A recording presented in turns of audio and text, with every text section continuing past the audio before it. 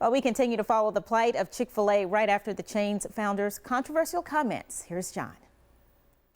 The fallout from Chick-fil-A's anti-gay marriage stance continues. Boycotts, petitions, and protesters. And on this trial Tuesday, as many pick up their banners and signs, we take a look at what's legal when it comes to those protests. Attorney David Aylor is here with much more. David, a lot of people want to go out. They're very passionate about this, but sometimes that passion can lead them to do things that they might regret later. Right. And you've seen several of those arrests just, I think, throughout the country, even some here in South Carolina.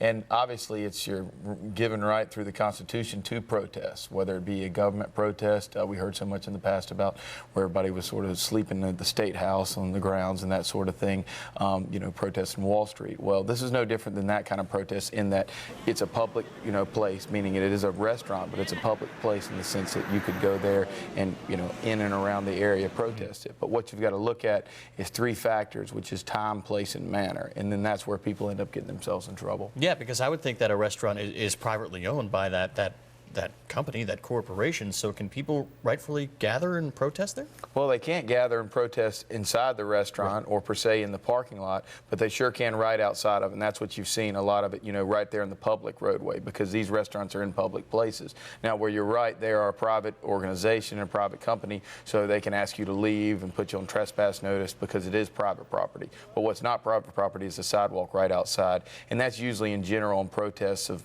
different companies or different things like that. You're going to see it just right there at the edge of where they can come and where they can't. Let's get down to the freedom of speech issue in this as well, because Chick-fil-A's owner, CEO and president, I should say, didn't say that he isn't for gay marriage. He said that he simply believes in a definition of marriage as between a man and a woman. Is that blasphemous that people need to protest? I think it's just like anything else. It's the way people take things. And then also once the media gets involved, how it can spin. I mean, there's a lot of interesting owners of various, major Fortune 500 companies that support all types of things, some that are controversial. This just happened to be something that picked up at a certain point in time on the news. And then from that, it really just kind of spun out of control to where it is now.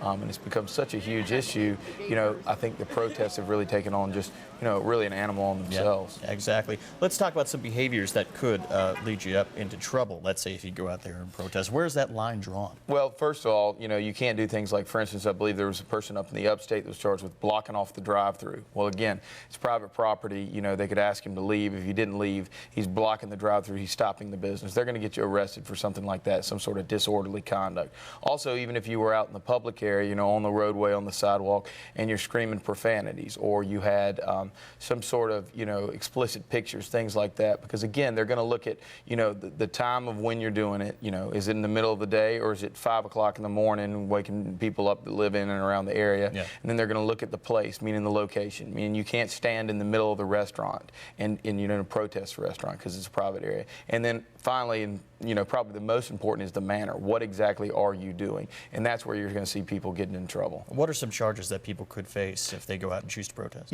Disorderly conduct is one that's going to come up. It's a pretty easy one that they're going to just bring against a person if they're out there, screaming obscenities or making, maybe if they were, anti-homosexual marriage, they may be making, some sort of just demeaning remarks towards that sort of thing.